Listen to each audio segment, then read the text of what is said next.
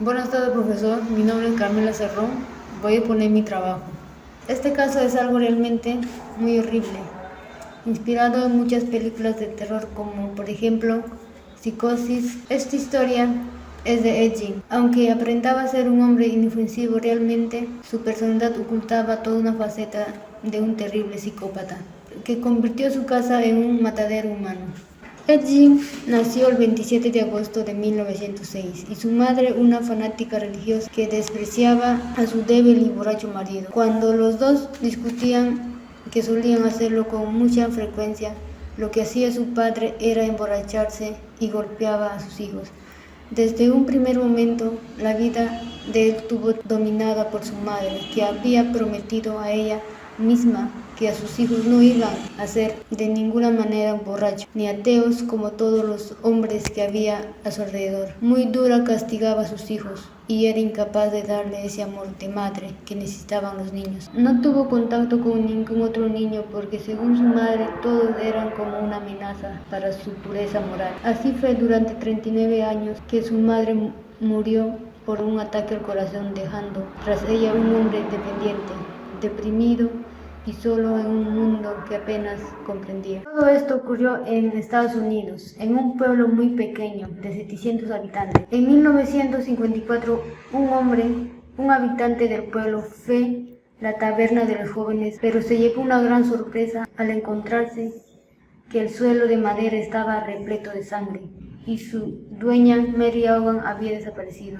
Aproximadamente un mes después de todo esto, el dueño del aserradero de Wisconsin comentaba aquel caso con otro hombre, un hombre pequeño, tímido que vivía en una granja de madera, a unos pocos kilómetros del pueblo. Su nombre era Ed Gein, que vivía solo ahí desde la muerte de su madre en 1945. Un tiempo después, en 1957, las ferreterías de Bernice, su orden de 58 años, estaba cerrada y su dueño no aparecía por ningún lado, como que la historia se repetía. Resulta y acontece que Ed Gein le había asesinado disparándole con un rifle y dejándolo nuevamente el lugar lleno de sangre. Pero esta ocasión era un poco diferente porque había un testigo. El libro de contabilidad, que la última anotación decía que ahí había comprado un anticongelante, el último cliente que había estado. Entonces era mayor posible culpable. Dos oficiales de la policía arrestaron a Ed Gein, mientras que otros dos oficiales iban a la granja con la intención de hacer un registro. E inmediatamente al entrar sintieron un olor putrefacto muy fuerte. Uno de los oficiales sintió como le rozaba el hombro y cuando se dio cuenta se encontró con el cuerpo decapitado, un profundo agujero y el estómago y colgando del techo.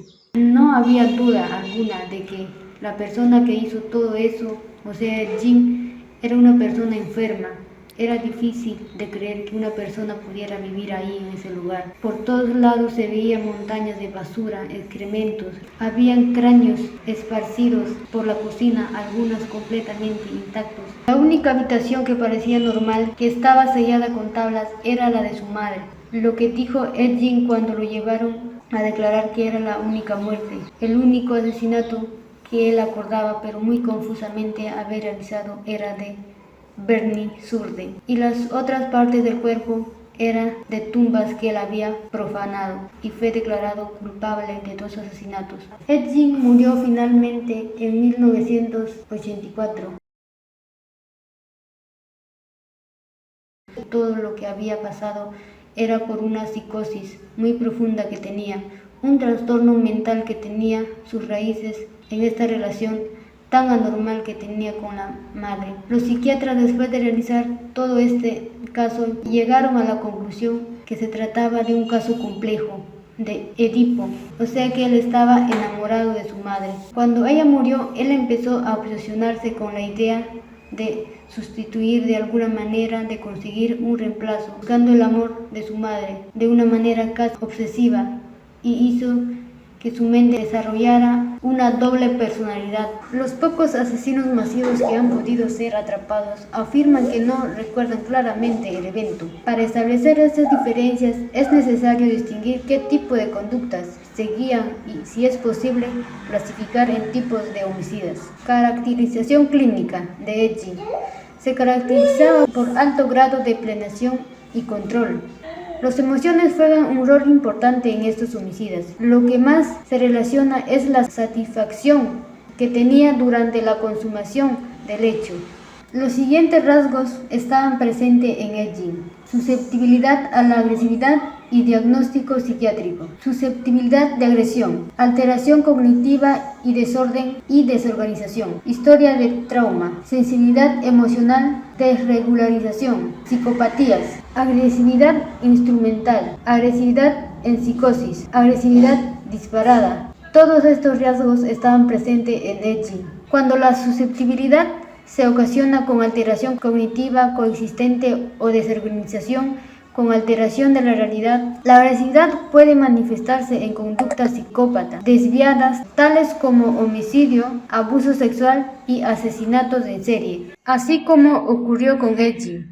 Según estudios, Edging presentaba mucha agresividad en su cerebro, neuroanatomía y neurobiología de la agresividad. Según realizados los estudios al cerebro psicópata de Edging, arrojaron los siguientes resultados en sus corteza. Las lesiones que ocurren en la niñez y adultez sobre la corteza prefrontal resultan en una severa alteración de la emoción, que lleva a disminución de discernimiento en la vida real. Serotonina. Esta facilita las regiones cortical, prefrontal, las cuales modulan y generalmente suprimen el surgimiento de comportamientos agresivos al actuar en los receptores. Catecolaminas. Indirectamente aumenta la probabilidad de agresividad.